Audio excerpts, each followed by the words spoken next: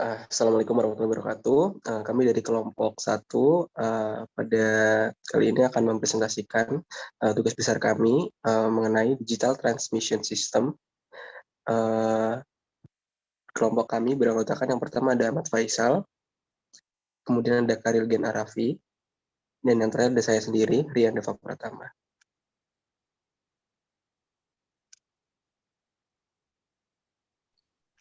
Oke, jadi pada presentasi kali ini kami akan membawakan 3 topik utama, yaitu yang pertama ada analog to digital converter, kemudian ada multiplexing, dan kemudian ada transmission medium.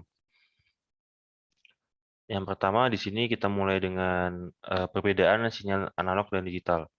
Nah, sinyal digital itu dia memiliki nilai yang mungkin terbatas dan biasanya angkanya berbentuk bilangan biner, yaitu 0 dan 1. Sedangkan sinyal analog memiliki nilai yang tidak terbatas dan nilainya itu bersifat kontinu, yaitu dia memiliki nilai pada setiap titik-titiknya. Kemudian keunggulan sinyal digital, yang pertama adalah pengurangan noise, di mana noise yang dihasilkan itu tidak terakumulasi atau tidak tergabung. Kemudian untuk kapabilitas coding, dia mengurangi error dan menambah kualitas coding. Kemudian sinyal digital itu bisa menggabungkan suara dan juga data. Kemudian untuk implementasi itu dia lebih mudah digunakan. Nah, selanjutnya ada 3 proses utama dari ADC atau Analog to Digital Converter. Yang pertama ada sampling, kuantisasi, dan encoding. Nah, kita masuk dari yang pertama itu ada sampling.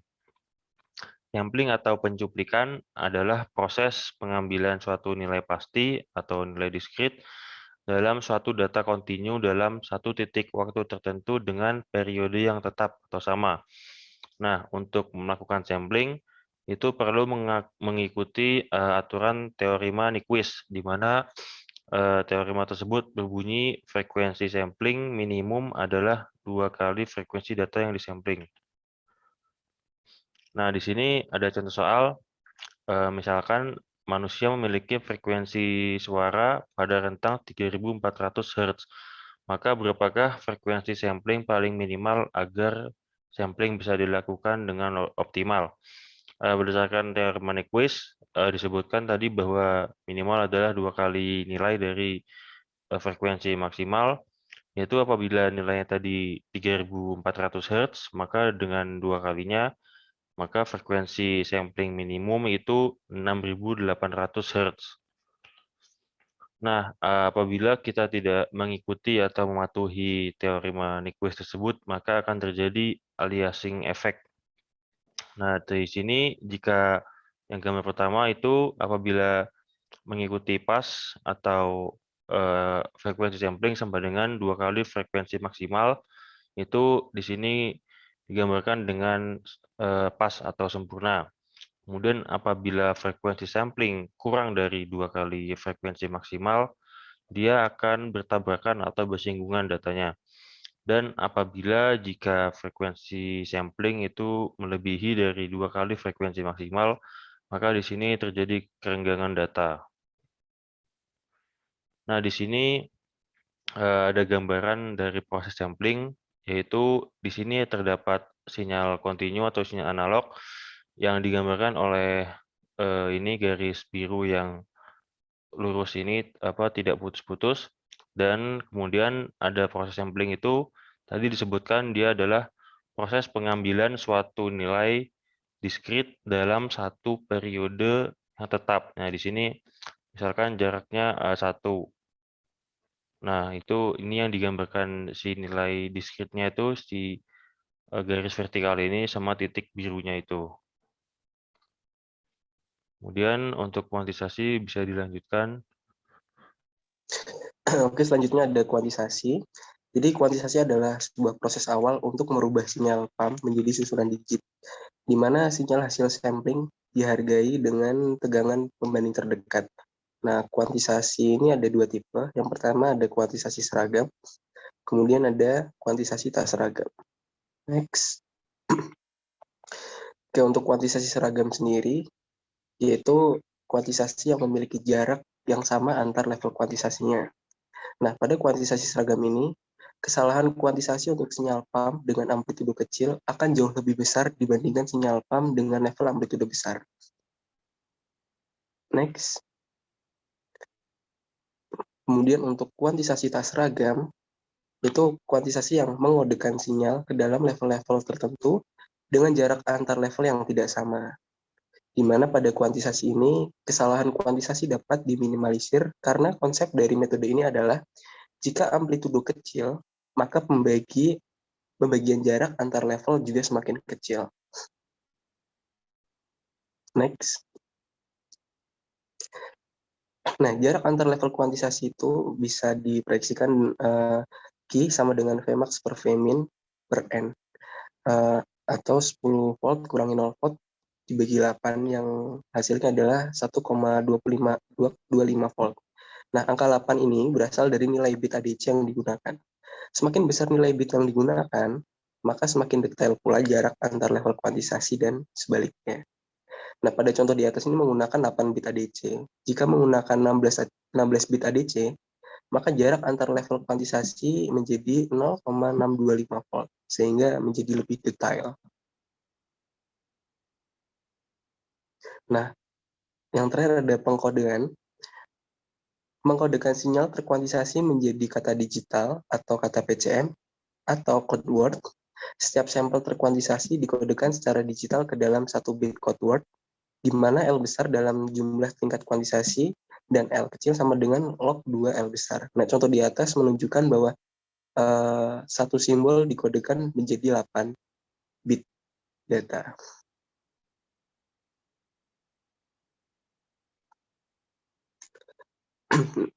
Selanjutnya ada kuantisasi dan encoder. Misalkan diambil representasi dari setiap rentang sebagai nilai tengahnya. Bisa kita lihat rentang 1 itu diwakili 0,5 volt, kemudian rentang 2 diwakili dengan 1,5 volt, rentang 3 diwakili dengan 2,5 volt, dan rentang 4 diwakili dengan 3,5 volt. Sampai dengan perwakilan ini, maka selesai sudah tugas dari kuantisernya. Nah, setiap wakil ini kemudian diasosiasikan dengan bilangan biner 2 bit oleh encoder. Misal asosiasi pengkodeannya 0,5 volt itu dikodekan dengan 00, 1,5 volt itu dikodekan dengan 01, 2,5 volt itu dikodekan dengan 10, 3,5 volt itu dikodekan dengan 11.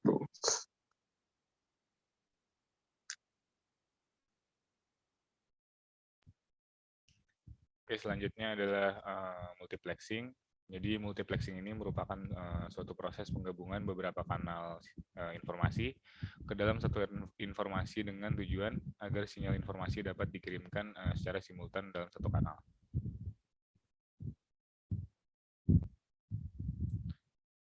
Nah, di sini kita bisa lihat contoh simulasi dari pengiriman sinyal melalui proses multiplexing.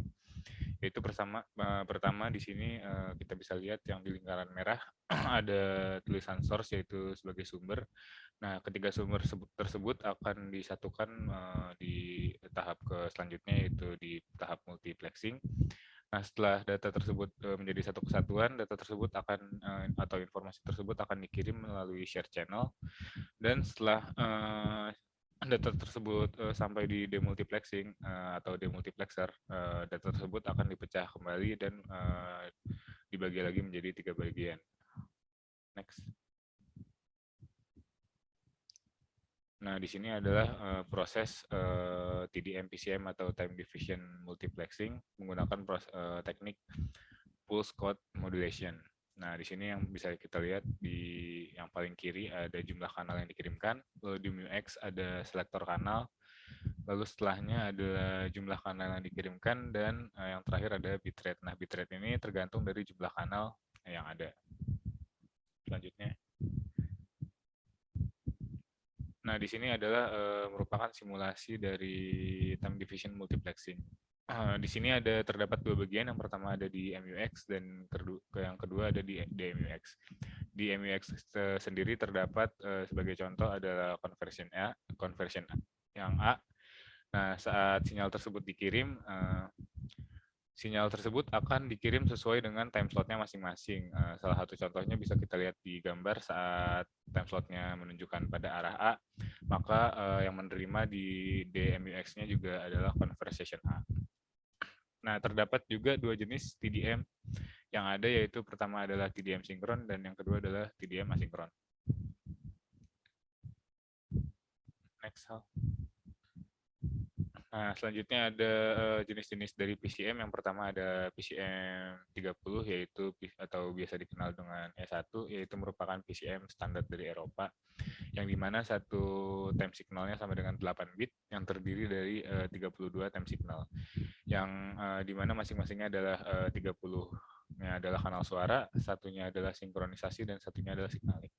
Nah, sinkronisasi ini terjadi pada time signal 0, lalu signaling terjadi pada time signal 16, dan voice terjadi di sisanya. Next. Lalu selanjutnya ada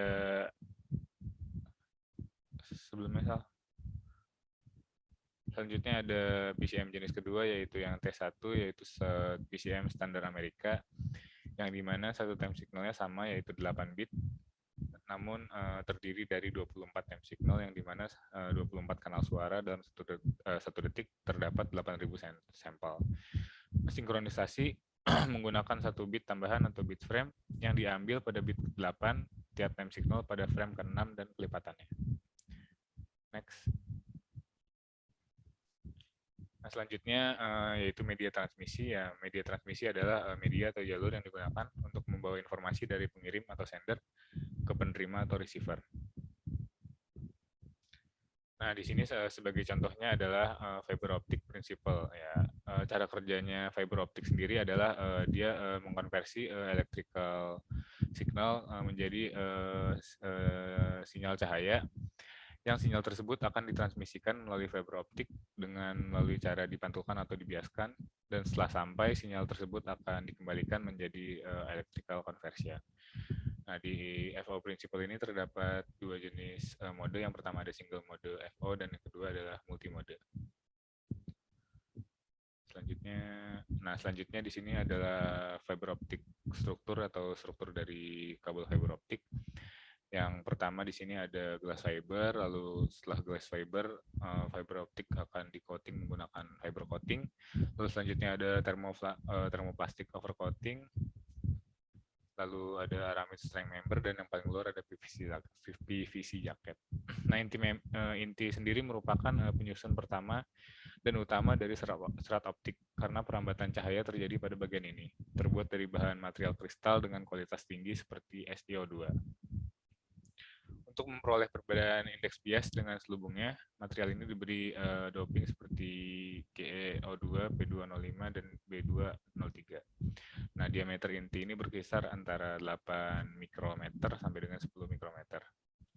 Nah, selubungnya sendiri terbuat dari bahan gelas atau silika dengan indeks bias lebih kecil dari indeks bias intinya, agar cahaya yang masuk dalam inti tidak diradiasikan keluar diameter.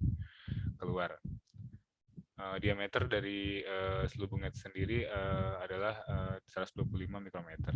Dan yang paling terakhir adalah lapisan terluar, yaitu PVC jacket, yang terbuat dari bahan plastik dan fungsinya adalah melindungi serat optik dari gesekan atau goresan. Nah, ini salah satu contoh penggunaan fiber optik, yaitu pada sistem kabel laut. Di sistem ini terdapat dua bagian, yaitu pertama ada dry plane yang ada di kiri dan kanan. Lalu yang kedua ada wet plane. Nah, di dry plane sendiri terdapat beberapa ada isinya, yaitu pertama ada line monitoring equipment atau LME, lalu ada terminal transmission equipment, dan juga power feed equipment. Nah, lalu yang di wet plane sendiri ini merupakan kabel-kabel fiber optik yang biasanya menghubungkan jaringan melalui bawah laut, dan instalasinya biasanya menggunakan kabel tersebut biasanya digunakan ditarik menggunakan kapal. Nah, mungkin sekian dari presentasi kelompok kami. Kurang lebihnya mohon dimaafkan. Wassalamualaikum warahmatullahi wabarakatuh.